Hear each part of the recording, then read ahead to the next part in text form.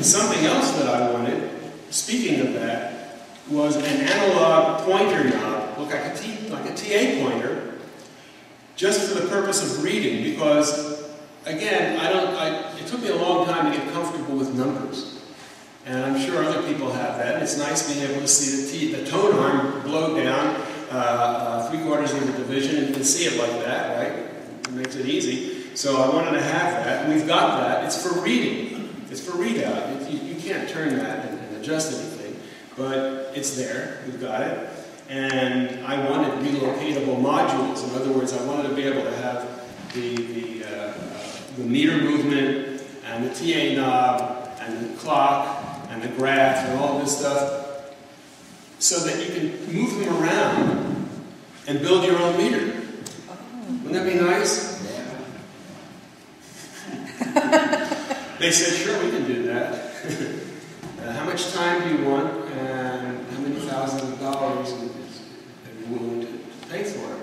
So, is that a deal breaker? No. So maybe in the future. I know there are other like recording virtual studio programs that have that. You can build your own screen. Down the line, we'll do that. But we wanted recording, and we wanted to be able to record a session and record the needle movements. And I don't know how we pulled it off, but we've done it. That's great. We did it. So, okay. And I wanted to be able to utilize the remote foot switch that we use in the auto reset meter, which is, I like it. I just want to say to everybody here, I don't know how technical you are, but what he just said is an astounding accomplishment technology-wise, and I want to give it a hand. Yeah.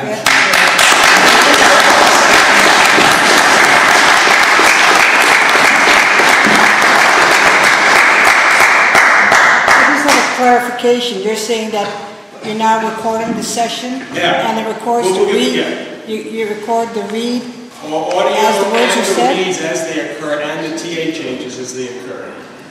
Very well done. Good job. Thank you.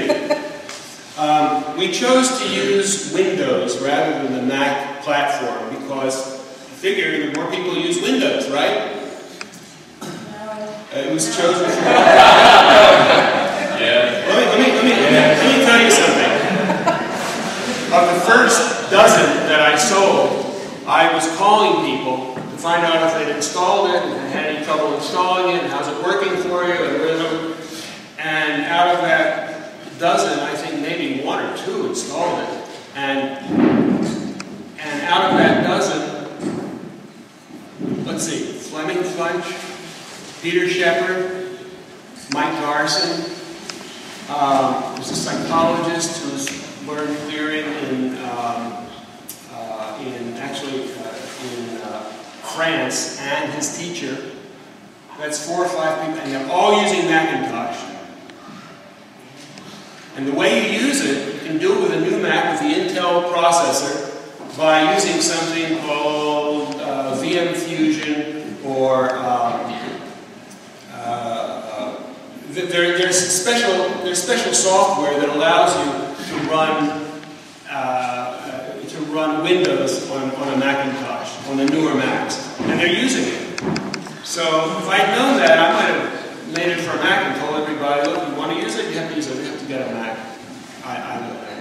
It is what it is, and it's working out, and by now, we're able to, it'll work with XP, it'll work with Vista, it'll work with Windows 7, and it works with Macintosh. And with those softwares. So, let me say something about the recording. It's useful for training and for session records. We were going to be doing recordings, and we still will do recordings of sessions. We'll do sessions to exemplify something, to demonstrate a certain process, or demonstrate working on a certain list, and sell the owners of the meter that recording and load it into the virtual meter and play it back and see and hear a session that somebody else did, and see what the different reads and FNs and all stuff look like. The problem with that is when you record a session, you never started at the right time. You always started too late, or you started too early and they have to wait, or when it's over you sit and talk to the PC and you've got to cut it off, you've got to edit it. People get up to go to the bathroom, they drop the cans, they're interrupted, always something happens, and I cannot see sending something like that out as a finished product without a little bit of editing. The problem is that it uses proprietary format, and so we have to create an editor in order to do training recordings. And again, $10,000 to $20,000 for such an editor. And so we have found that there are actually screen recording devices or utilities like Camtasia is one, if anybody knows what that is. And it'll record the screen and the audio. And you can edit it like you edit something in iMovies. And so we'll be using that for doing trainings initially. The graph may seem superficial, especially,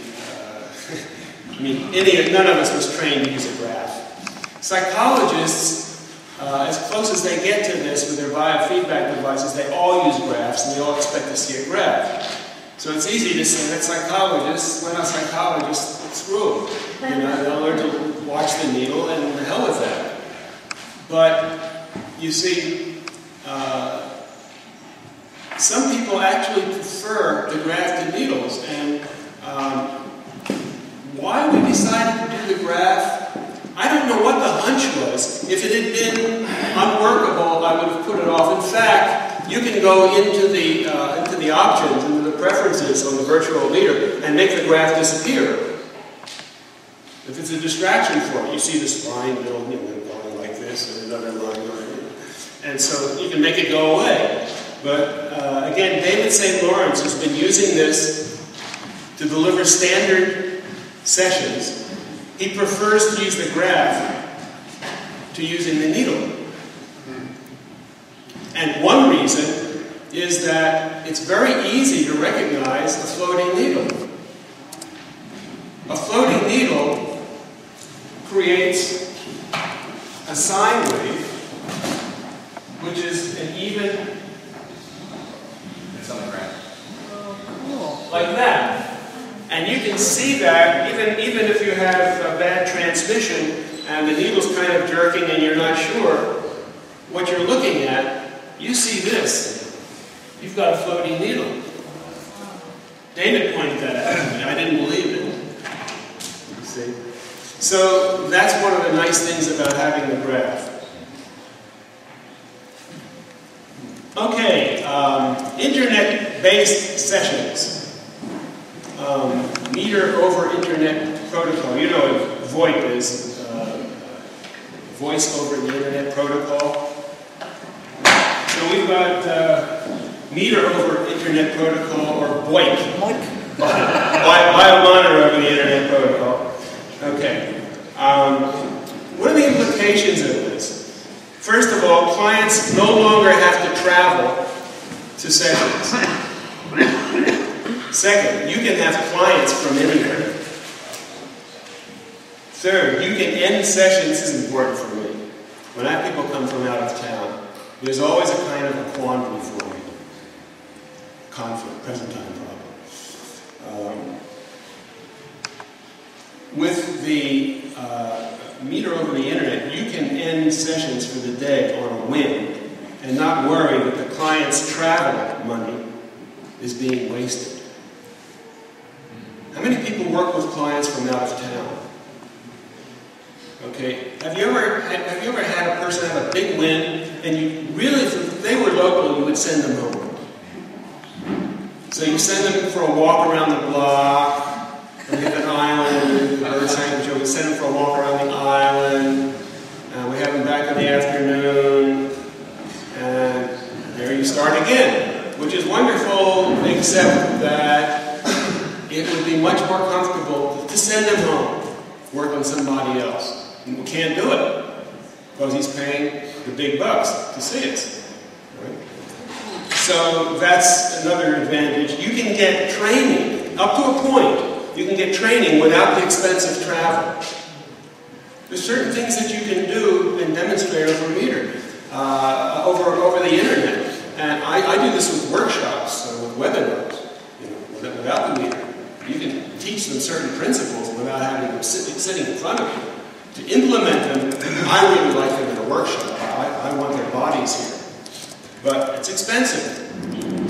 And the days have been gone, at least in my universe, for a very long time, when people would move to some other city, like we did, to be near the training, and then go week after week after week after month after month. It takes as long as it takes, right? Yep. Not anymore. If you want to make this viable, people say, how many hours will it take for me to learn how to do this? And they're serious. They're already wellness professionals. You know, they're not beach bums, hippies that are trying to change their lives. They want to use this in their professions. How many hours will it take me? To me, stupid question. That's like saying, how many hours will it take me to learn classical guitar? Yeah. 300 years. Yeah, really. I'm still learning. What kind of dumb question? You can't do that. They want a glib answer. Well, it'll take you about 48 and a half hours. Okay, thank you. Sign me up. All right. So it's important to do stuff over the internet now, and you can train students from a distance. And you can also supervise students when they're doing sessions, whether they're local or near, or even in your class, or at a distance, using the recorded sessions with seeing the meter reads in present time. You see? One of the difficult things about CSing is I've seen people who are highly trained, who in my opinion can't recognize and listen to me. And you see this right away. When you hear the voice, and you see the meter read, and the person your student didn't call it, or the person says, well, there's charge on that, and goes and the person says, it didn't read. They mocked up the read because they're learning. You know, how do you catch that without looking over their shoulder during the session? This is the way to do it.